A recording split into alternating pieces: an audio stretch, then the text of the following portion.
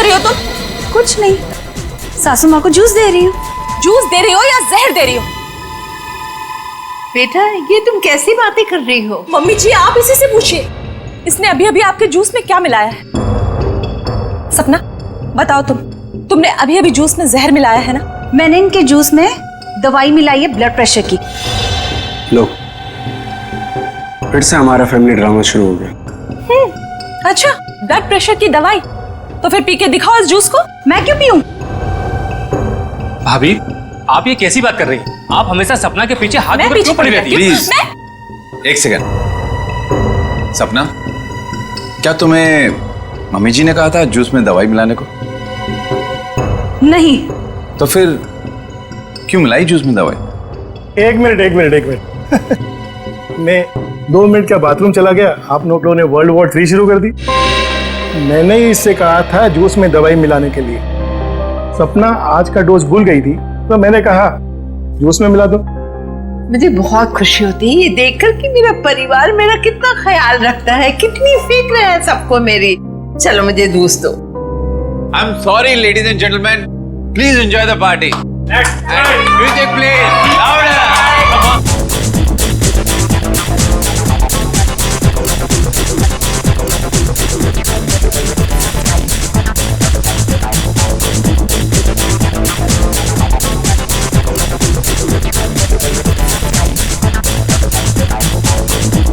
नमस्ते। नमस्ते। महेश, कैसे हैं आप? प्रतीक जी मैं बिल्कुल ठीक हूँ, आप कैसे हैं? बस मैं ठीक हूँ। आप कुछ ले नहीं रहे हैं? मैं आपके खाने के लिए कुछ मंगाती हूँ। सरोज। नहीं, आप तकलीफ मत लीजिए, मैं खुद जाकर ले लूंगा। Sure. Yeah it's okay, fine. Hi.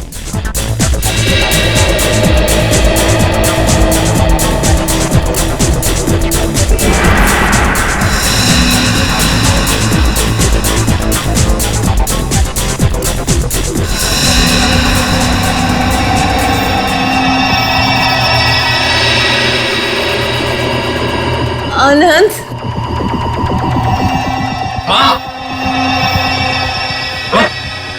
Mummy ji क्या हुआ आपको? मम्मी जी, मम्मी जी।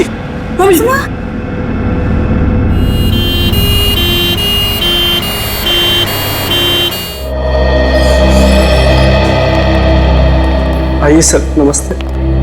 मेरा ही नाम अहम है सर, मैंने आप लोगों को फोन किया था। अच्छा, अब कैसी है तुम्हारी मम्मी? डॉक्टर से इलाज कर रहे हैं सर, पता नहीं क्या होगा। घबराओ नहीं, सब ठीक हो जाएगा। जिस किसी ने मेरी माँ को मारने की कोशिश की है ना, उसको आप छोड़ना मत। एक बात बताओ अहम, क्या तुम्हें किसी पर शक है? मेरा मतलब है कौन कर सकता है ये तुम्हारी मम्मी के साथ? मुझे तो सभी पर शक है सर। अहम, कौन है ये लोग? CID। CID? पर किसने बुलाया इन्हें?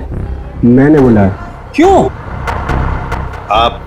जी मैं विकास, अहम का बड़ा भाई। क्योंकि आप में से किसी ने ही मम्मी की जान लेने की कोशिश की है। What nonsense! तुम अपने घर वालों पर शक कर रहे हो? आप घबरा क्यों रहे हैं भैया?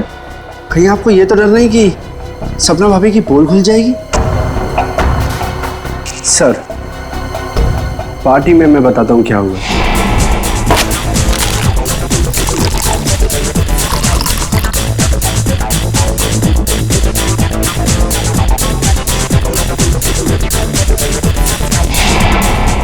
तुम्हारी सपना भाभी पर शक है तुम्हें? Yes sir. सपना कहाँ है? सपना हॉस्पिटल नहीं आई, वो घर पर ही है। वैसे आप कौन है? जी मैं काव्या। हमारी भाभी है सर। सर, अहम बच्चा है, ये आप लोगों को बहका रहा है सर। विकास जी, हम CID वालों को कोई बहका नहीं सकता, समझे? कहाँ है आपकी मम्मी? मम्मी ऊपर ICU वार्ड में है।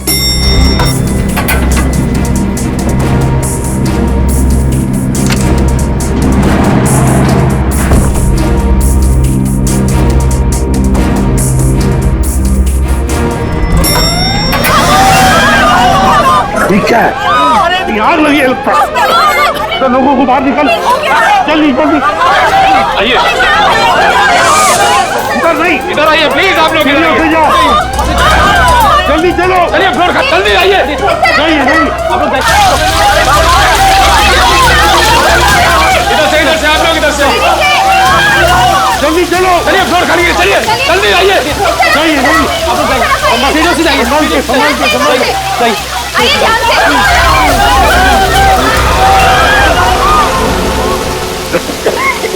ईशान, ये कोई आग वाला धुआं नहीं है, इसकी गंदी कुछ अलग है। ये धुआं किसी और चीज का है, किसी केमिकल का।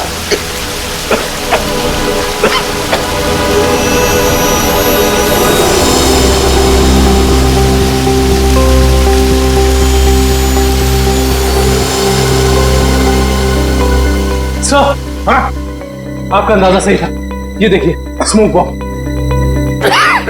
माय गॉड, सर कहीं ये स्मोक बॉम्ब फायर अलार्म बजाने के लिए तो नहीं डाला गया था? आश्रया, फायर अलार्म बजाने के लिए ही स्मोक बॉम्ब लगाया गया था।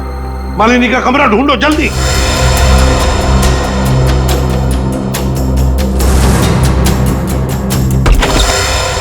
अरे बेड तो खाली है। ये मालिनी जी कहाँ चली गए होंगे? ऐसा लगता है मालिनी जी जान खतरे में। स्टाफ को बुलाओ हॉस्पिटल के वार्ड में से एक मरीज गायब होता है और किसे कुछ पता नहीं। वाह, हम भी क्या करते साहब, जब हॉस्पिटल में भगदड़ मची तो हम अपनी जान बचाने के लिए यहाँ से भाग गए। क्या तुम लोग जान बचाने के लिए भागे मरीज को ऐसे ही छोड़कर? शर्म नहीं आई तुम्हें? सर ये अचानक कैसे हुआ पता भी नहीं चला। हम मालिनी जी के परिवार वालों को बताने ही वाले थे कि उनकी मौत हो गई है। पर क्या उनकी मौत हो चुकी है?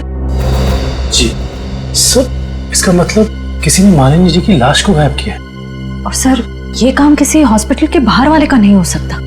सर आपसे एक रिक्वेस्ट है, ये बात आप अपने तक ही रखिएगा।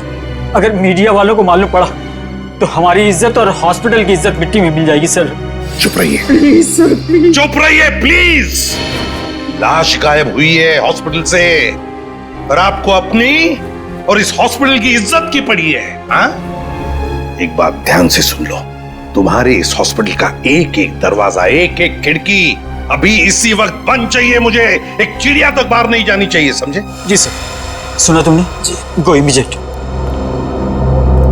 दुष्यंत, हॉस्पिटल का कोना कोना छान मारो। कहीं तो छुपा के रखी होगी मालिनी की लाश को, कहीं तो। हाँ।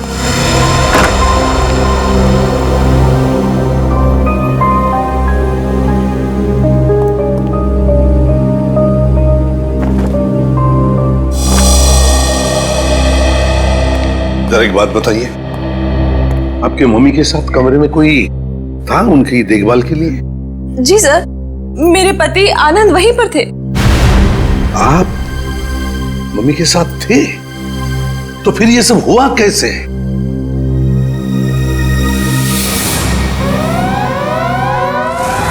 जैसे ही फायर अलार्म बजा तो मैं वार्डरूम के बाहर आया, ये देखने के लिए कि क्या माजरा है। हर तरफ धुआं ही धुआं था। लोग पागलों की तरह यहां वहां भाग रहे थे। धक्का मुक्की में कुछ लोग मुझे मम्मी जी के वार्डरूम से बहुत दूर ले गए। जाकर भी मैं वार्डरूम तक नहीं पहुंच पा रहा था। किसी तरह जब मैं मम्मी जी के वार्डरूम में पहुंचा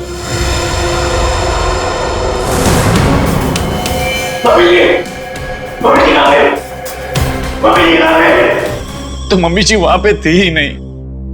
सर प्लीज प्लीज मम्मी जी को ढूंढ निकालिए। सर हर जगह चेक कर लिया, मालिनी जी की लाश कहीं पर भी नहीं है। और सर मॉल में भी चेक किया, लाश वहां भी नहीं। इसका मतलब है जिसने भी ये किया है वो मालिनी की लाश को हॉस्पिटल के बाहर ले जा चुका है। काम करते हैं, हॉस्पिटल के गेट पर जो सीसीटीवी कैमरा लगा हुआ है उसका फुटेज चेक करते हैं।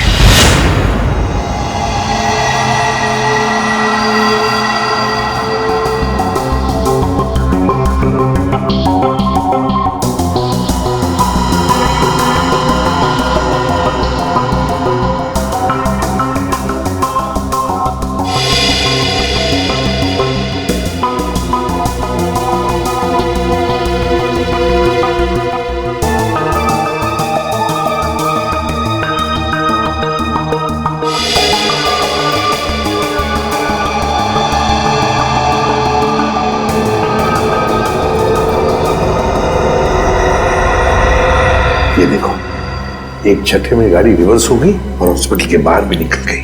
जरूर मुजरिम मालिनी को इसी गाड़ी में लेकर गया होगा।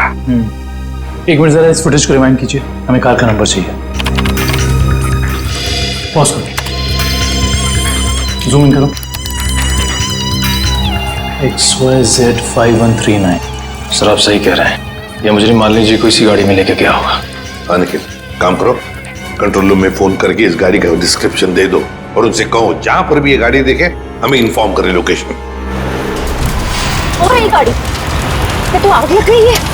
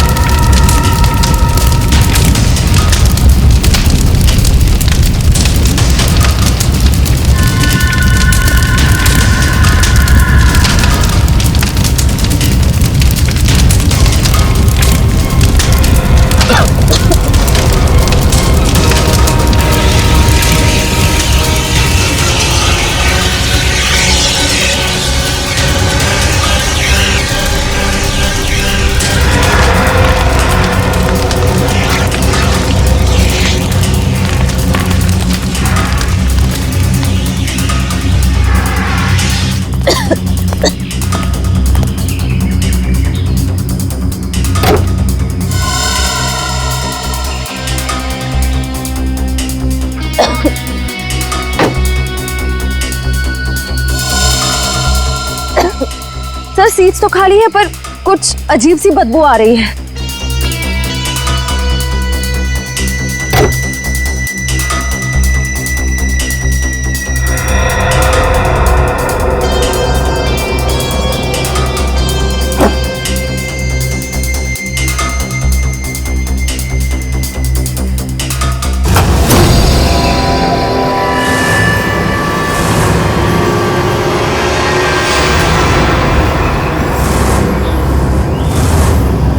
सर ये लाश तो जल चुकी है। शायद सबूत मिटाने के लिए उन्हीं ने मालिनी जी की लाश को जला दिया। आप इतने यकीन से कैसे कह सकते हैं कि ये लाश मेरी माँ की है? इसका चेहरा तो बुरी तरह जल चुका है। देखिए,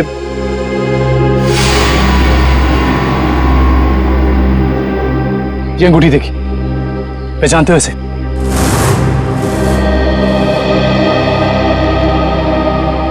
तो मेरी माँ की अंगूठी।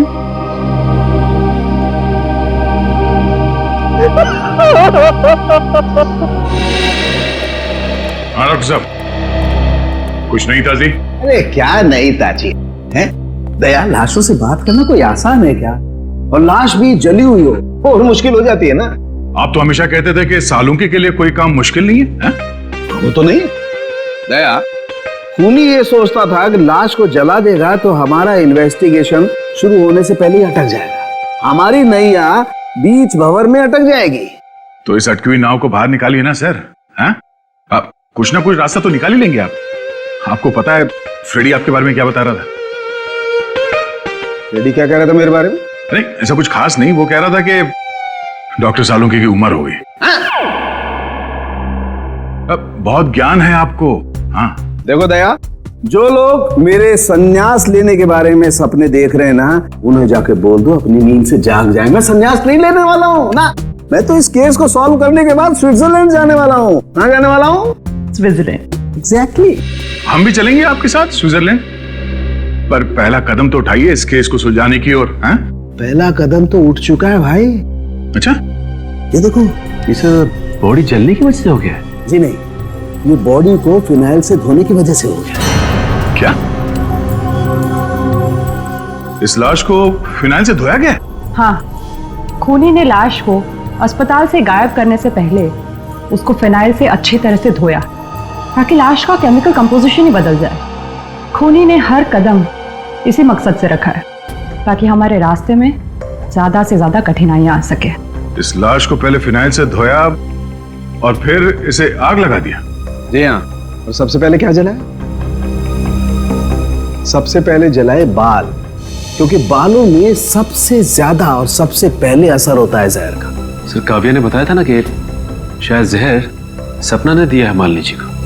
हाँ, इसीलिए तो जला दिए ना भैया, सबसे पहले बाल, क्योंकि जहर दिया था। मतलब ये सब सपना का ही काम है।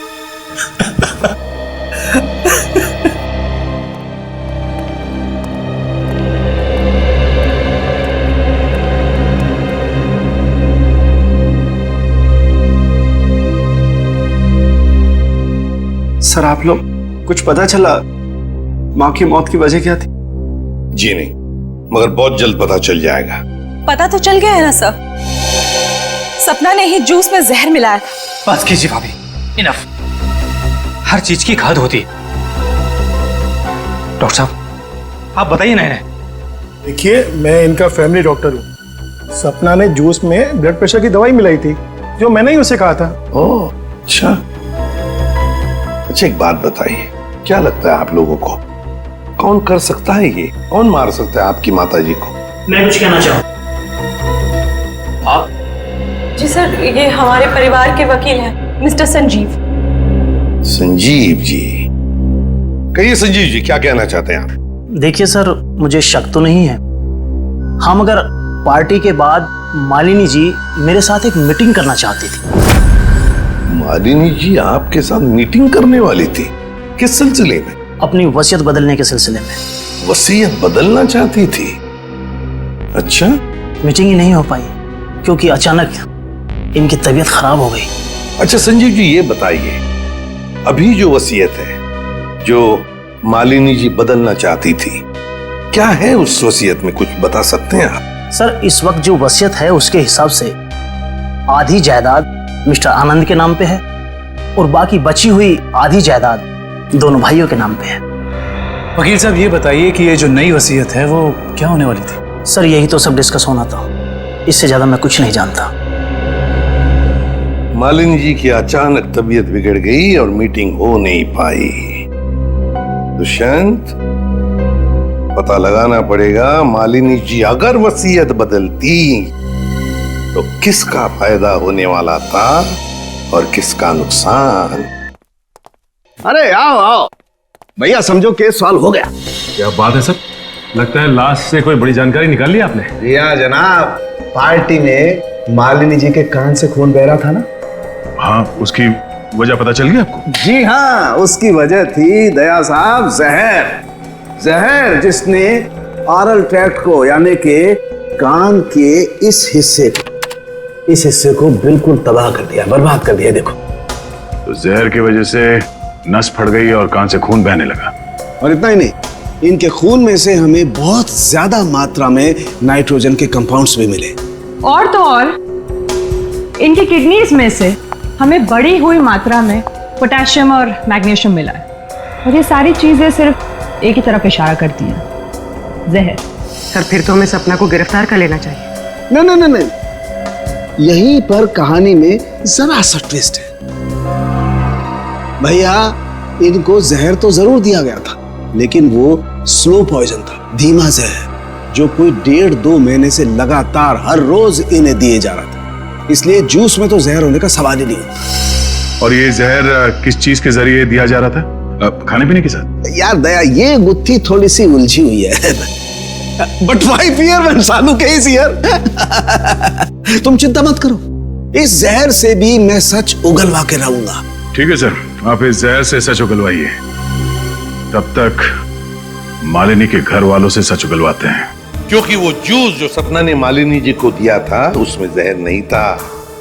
मालिनी जी की मौत स्लो पॉइजनिंग से हुई है। स्लो पॉइजनिंग, धीमी धीमे असर करने वाले जहर की वजह से, जो उन्हें 45 दिन तक रोज लगातार दिया गया था। धीमा जहर? मां को मारने की इतनी बड़ी साजिश? जी, और ये साजिश किसी आसपास वाले की है जो उनके खाने के साथ, उनकी दवाइयों के साथ छेड़खानी कर सकता था। सर, चाय लीजिए आप लोग। थैंक यू, आप लीजिए।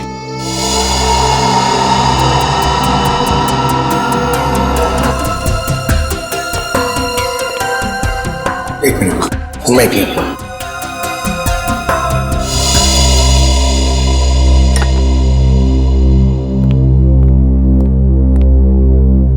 एक बात बताइए, मालिनी जी को रोज दवाई कौन देता था? सर उन्हें दवाइयां सपना ही दिया करती थी। अच्छा। हाँ, मैं ही उन्हें दवाइयाँ दिया करती थी, पर कभी कभार सासू माँ अपनी दवाइयाँ खुद लिया करती थी, कभी आयुर्वेदिक की तो कभी न्यूरोपैथिक की। तो सपना जी, आपके कहने का मतलब ये है कि जहर शायद मालिनी जी की खुद की ली हुई दवाओं में था?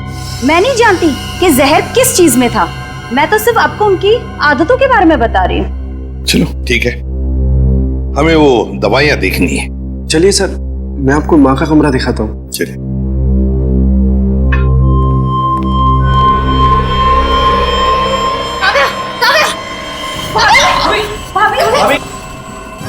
भाभी क्या हुआ आपको? भाभी सांस लेने में दिक्कत हो रही।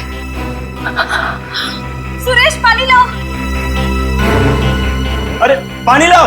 दुष्यंत, लता इनकी तबीयत बिगड़ती जा रही है, जल्दी से एम्बुलेंस बुला लो और हॉस्पिटल ले जाओ इसे।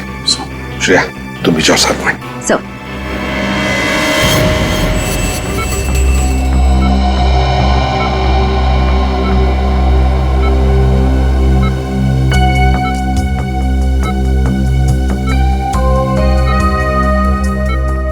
जी डॉक्टर साहब, कैसी तबीयत है काव्या की और हुआ क्या है इन्हें? फिलहाल तो हम इनके बेहोशी की वजह समझने की कोशिश कर रहे हैं, बट डोंट वरी, खतरे का कोई निशान दिखाई नहीं दे रहा, इन्हें जल्दी होश आ जाना चाहिए। Thank God. वैसे भी सासू माँ के मौत के सदमे के बाद हम उभर नहीं पाए। कम से कम काव्या भाभी को कुछ नहीं होना चाहिए। डॉक्टर साहब, इन्हें जैसी होश है हमें बता दीजिएगा। या श्योर। Thank you.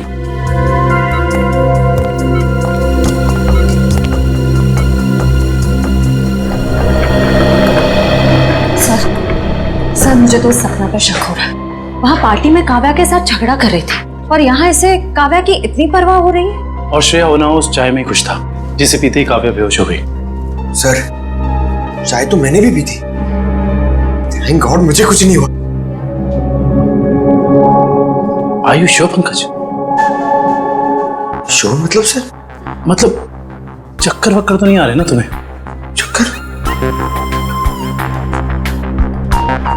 नहीं सर, चक्कर नहीं आ रहे, मगर पेट में कुछ गड़बड़ लग रही है सर। पेट में गड़बड़ लग रही है, गर्मी हो रही है, कहीं से वो तो नहीं हो गया? पंकज, और अगर तुम्हें सीरियसली कुछ हो भी गया है तो हम हॉस्पिटल में ही है ना। अजीब बात है, ये काव्या का पति आनंद अभी तक आया नहीं। पंकज, उसका नंबर ट्राई करो।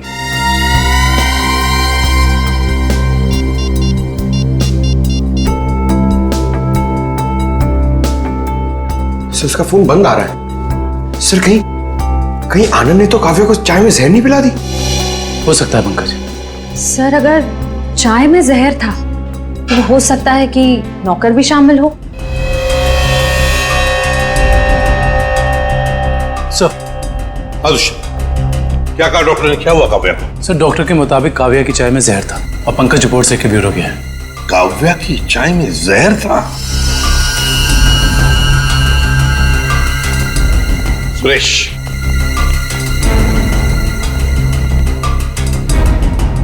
तो बताओ सुरेश, चाय में जहर कहां से आया? चाय में जहर कहां से आया? मैंने कहा था जहर डालने के लिए, ना मैंने डाला सर। सब पता चल जाएगा। एक बात बताओ, जब तुम चाय लेकर आए थे तो चाय कहीं पर रख दी थी और कुछ दूसरे काम के लिए गए थे? हाँ साहब, याद आया। मैं सुबह जब चाय लेकर आ रहा था तो आनंद साहब ने मुझे कुछ खाने के लिए लेकर आने को कहा। अरे सुरेश, सिर्फ चाय? कुछ नाश्ता भी ले जाओ, कल रात से किसी ने कुछ भी नहीं खाया। जाओ। जी साहब।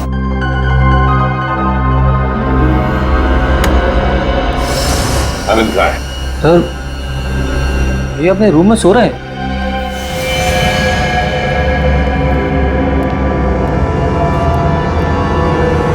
कहाँ है आनंद?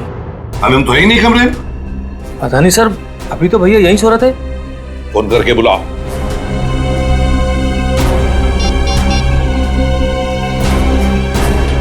सर घंटी जा रही, भैया फोन नहीं उठा रहे। घंटी बज रही है पर भैया फोन नहीं उठा रहे हैं। सर जब सुरेश चाय लेके आया था सर बिस्किट तो था ही नहीं, और तो और सर, जब चाय आई तो वहाँ पे आनंद भी नहीं था, तो आनंद को पता कैसे चला कि कौन सा कप किसके हिस्से में जाने वाला है? हाँ वाकई आनंद तो वहां था ही नहीं चाय पीने के लिए। जब ये सुरेश सबके लिए चाय लेकर आया था तो सारे के सारे चाय के कप एक जैसे ही थे। उसमें एक मग था, मग बड़ा सा, जो काव्या ने उठाया था। तो हो सकता है वो काव्या का खास मग हो जिसमें वो हर बार चाय या कॉफी पीती हो। हाँ सर। और ये बात आनंद को मालूम थी।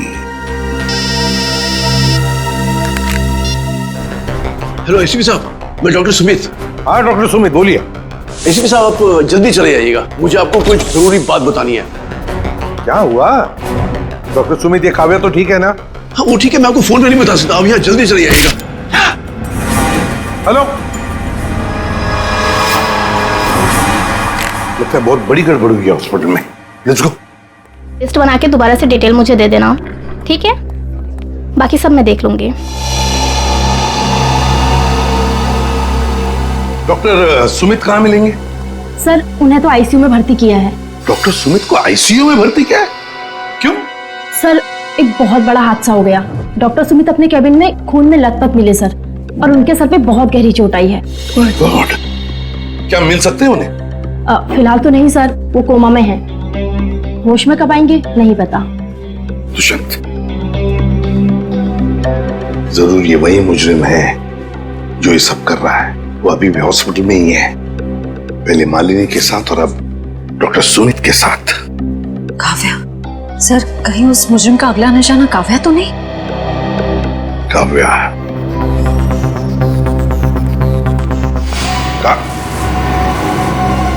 काव्या कहाँ चली गई सर? कहीं काव्या को भी तो गायब नहीं किया उसने? श्रेया, ये जो भी कोई है, अगर इसने काव्या को भी गायब किया तो वो हॉस्पिटल के मेन गेट से ही बाहर जा सकता है। और सर शायद डॉक्टर सुमित को भी उस खूनी के बारे में पता चल गया होगा, इसलिए उन पर भी हमला हुआ।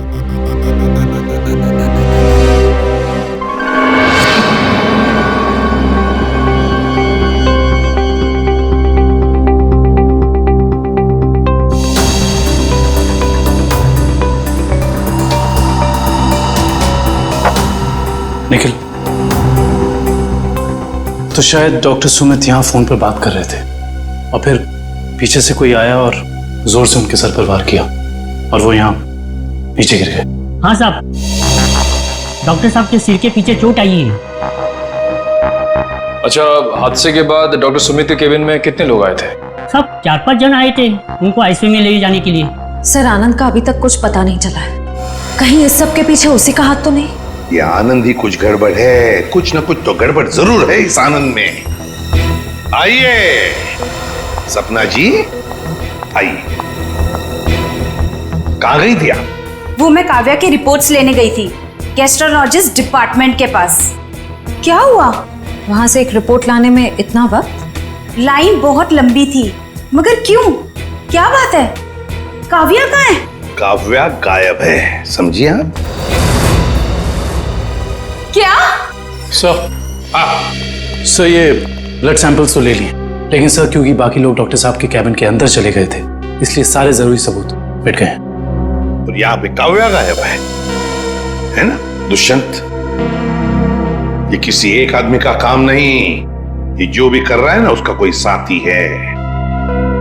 एक इनके परिवार में से कोई और दूसरा इस हॉस्पिटल में से कोई।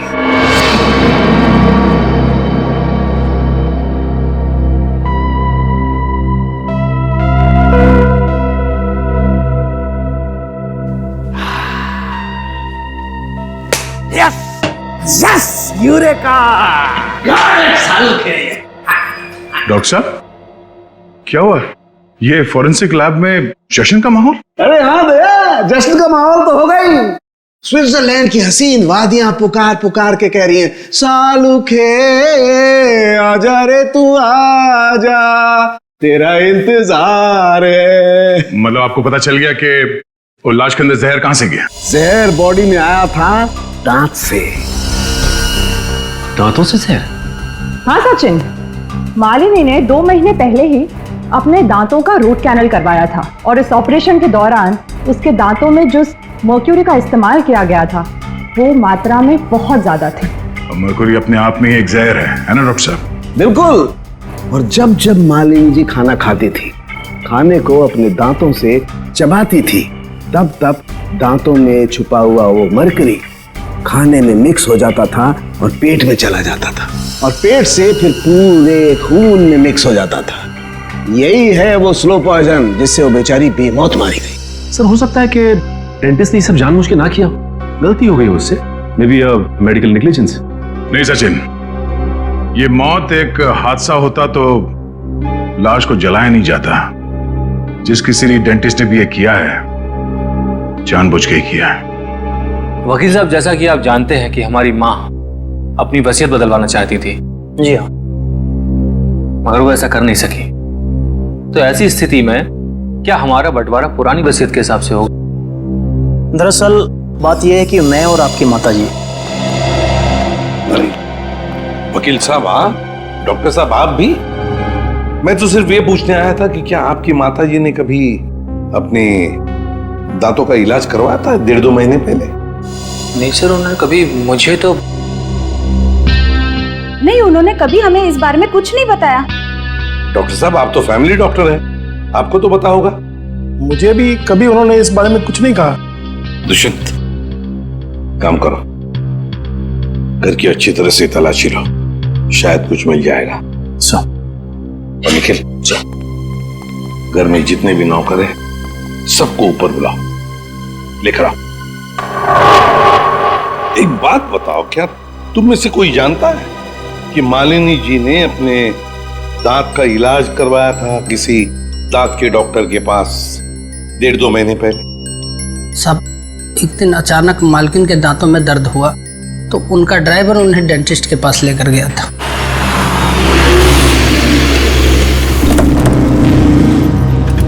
सर, यहीं पे छोड़ा था हमने उन्हें। उसके बाद किधर गई वो तो मालूम नहीं मुझे। ठीक है, आसपास जितने भी डेंटिस्ट है ना, सब चेक कर लेते हैं। तुम लोग उधर देखो।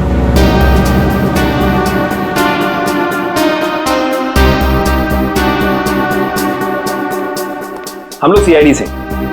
क्या ये कभी आपके यहाँ इलाज कराने आई थी? No, I don't think so.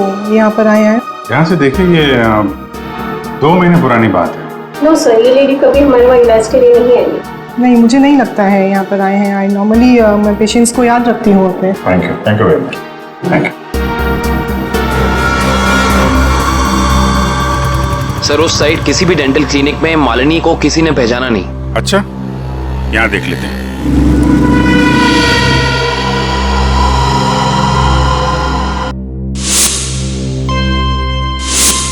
CID वाले आ गए। तुम्हें मालूम है ना तुम्हें क्या करना चाहिए?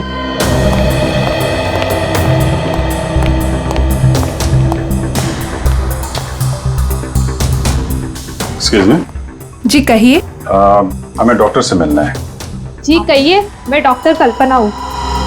आपके पास अपॉइंटमेंट है? डॉक्टर, हम सीआईडी से। इन्हें पहचानती हैं आप? इन्हें कभी देखा नहीं है। कौन है ये? इनका नाम मालिनी है और इनका खून हो गया है। क्या? खून? क्या हुआ? खून का नाम सुनते ही आपकी जबान लड़खड़ाने की लग गई? नहीं नहीं, यहाँ पहली बार सीआईडी आई है ना, तो मैं थोड़ी नर्वस हो गई। कोई बात नहीं, आप परेशान मत होइए। Thank you very much.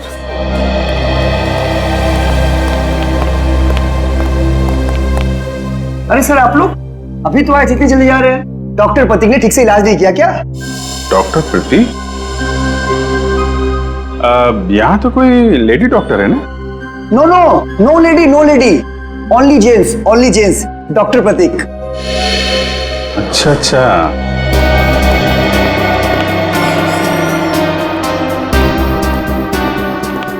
अरे सर, आप लोग फिर से आ गए? अरे वो क्या हुआ कि इनके दांत में दर्द होने लगा अचानक, तो वो जरा डॉक्टर से मिलना था। क्या नाम है उनका? डॉक्टर कल्पना। हाँ जी, 1 मिनट। हेलो।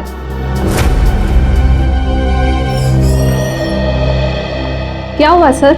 मेरे दांत में बहुत दर्द है, मगर मुझे एक जेंट्स डॉक्टर चाहिए। लेडीज डॉक्टर में वो शर्म आती है। नहीं नहीं, या तो मैं ही हूँ। लेकिन दीवार पे तो डॉक्टर प्रतीक का सर्टिफिकेट लटका हुआ है। ये नाम तो किसी लेडी का नहीं हो सकता ना?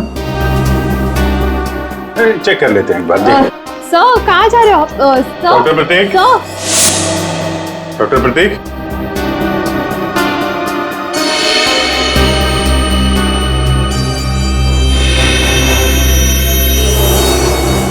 अरे डॉक्टर साहब क्या कर रहे हैं?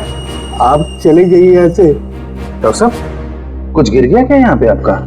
मैंने कुछ नहीं किया है। आइए आइए, बाहर आइए। आइए अब चले जाइए यहाँ से। अरे अरे चले जाएंगे डॉक्टर साहब। आप चले जाइए। जाएंगे पहले थोड़ी बातचीत तो कर लें। लेकिन मैंने कुछ नहीं किया। अरे आइए तो सही, आइए आइए। मैंने कुछ नहीं किया।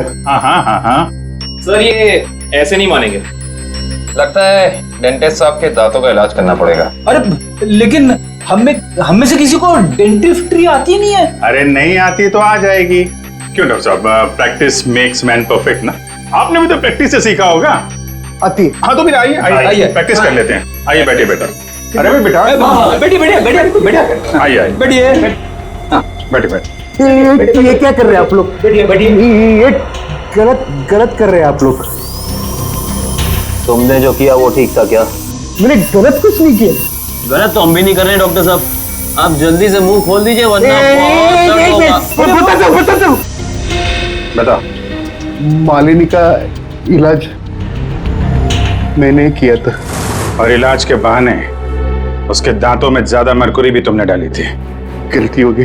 गलती नहीं है, ये गुनाह है। किसके कहने पे किया था? मुझे नहीं मालूम। पता आनंद पैसे दिए थे मुझे इसलिए। कहाँ मिलेगा ये? भाई गोदाम।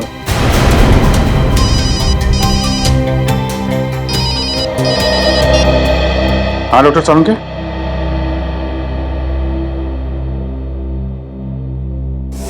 क्या?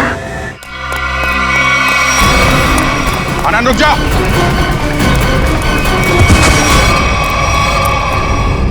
देखो आसपास, इसने काव्य को कहां छुपा रखा है?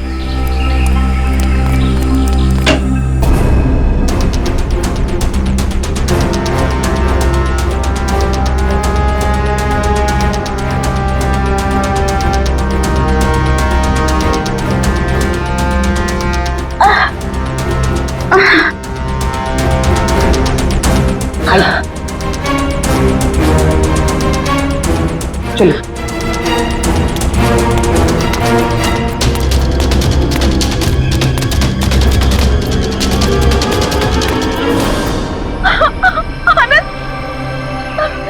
ये क्या किया आप सबने?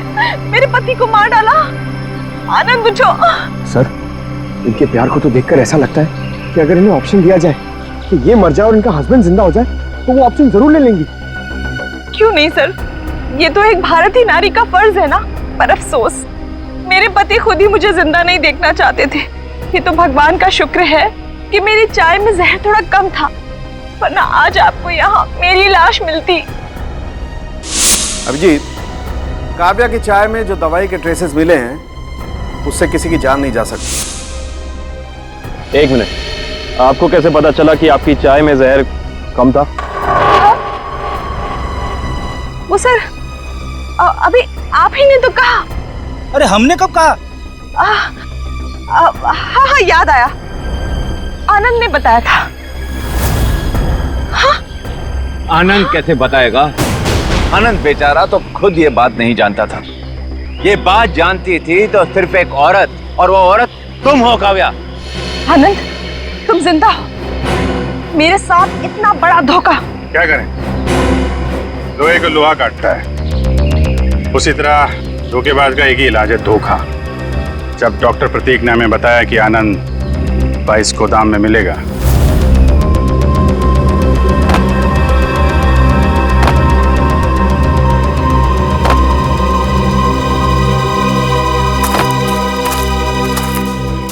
तो हमने यहां पहुंचकर देखा कि वो बेचारा बंधा पड़ा है। उसके हाथ पांव खोले तो उसने अपनी आप बीती सुनाई।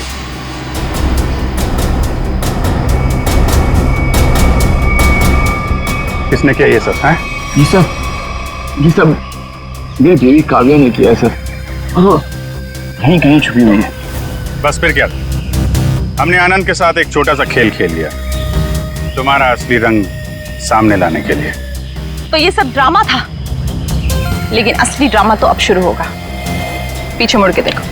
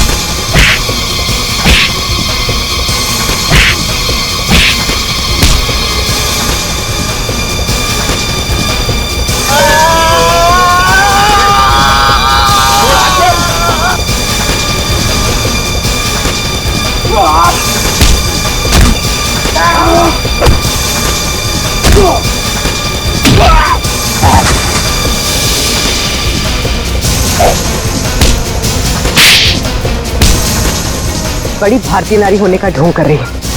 तुम जैसी नहीं होती भारतीय नारी।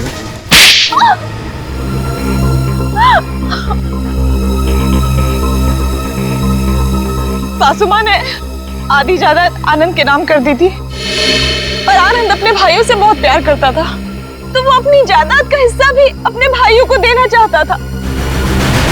और ये बात आपको बहुत खटकती थी, क्यों? मुझे पता था सर, मुझे पता था कि वो सासू माँ पे दबाव डालेगा वसीयत बदलने के लिए। इसलिए तुमने उन्हें डॉक्टर प्रतीक के पास भेजा, उनकी दांत की तकलीफ का फायदा उठाकर, ताकि इससे पहले कि वो अपनी वसीयत बदले उनकी मौत हो जाए। हाँ सर, और मैंने प्रतीक से कहा अगर वो पकड़ा जाए तो मेरा नहीं आनंद का नाम ले, ताकि आपके सास यानी मालिनी जी के खून के जुर्म में आनंद यानी आपका पति फंस जाए, जिससे 25 करोड़ की आधी जायदाद आपकी हो जाए। हॉस्पिटल में डॉक्टर सुमित तुम्हारी सच्चाई जान गए थे, इसलिए उन पे भी हमला किया तुमने। मैं क्या करती सर, उसने मुझे फोन पे बात करते हुए सुन लिया था। अब बारी है खेल के दूसरे पड़ाव की, जिसमें हम दुनिया को ये दिखाएंगे कि मेरे पति परमेश्वर यानी कि मिस्टर आनंद कुमार ने अपनी ही पत्नी को अगवा कर लिया। तो डॉक्टर सुमित को कोमा में पहुंचा दिया, अपने पति की किडनैपिंग की और मालिनी जी का खून कर दिया। दौलत की भूख मिटाने के लिए इतने सारे जुर्म किए तुमने, लेकिन सजा सिर्फ एक ही मिलेगी, फांसी। इस तरह के और भी एपिसोड देखने के लिए हमारे चैनल को सब्सक्राइब करें और बेल आइकन दबाना ना भूलें।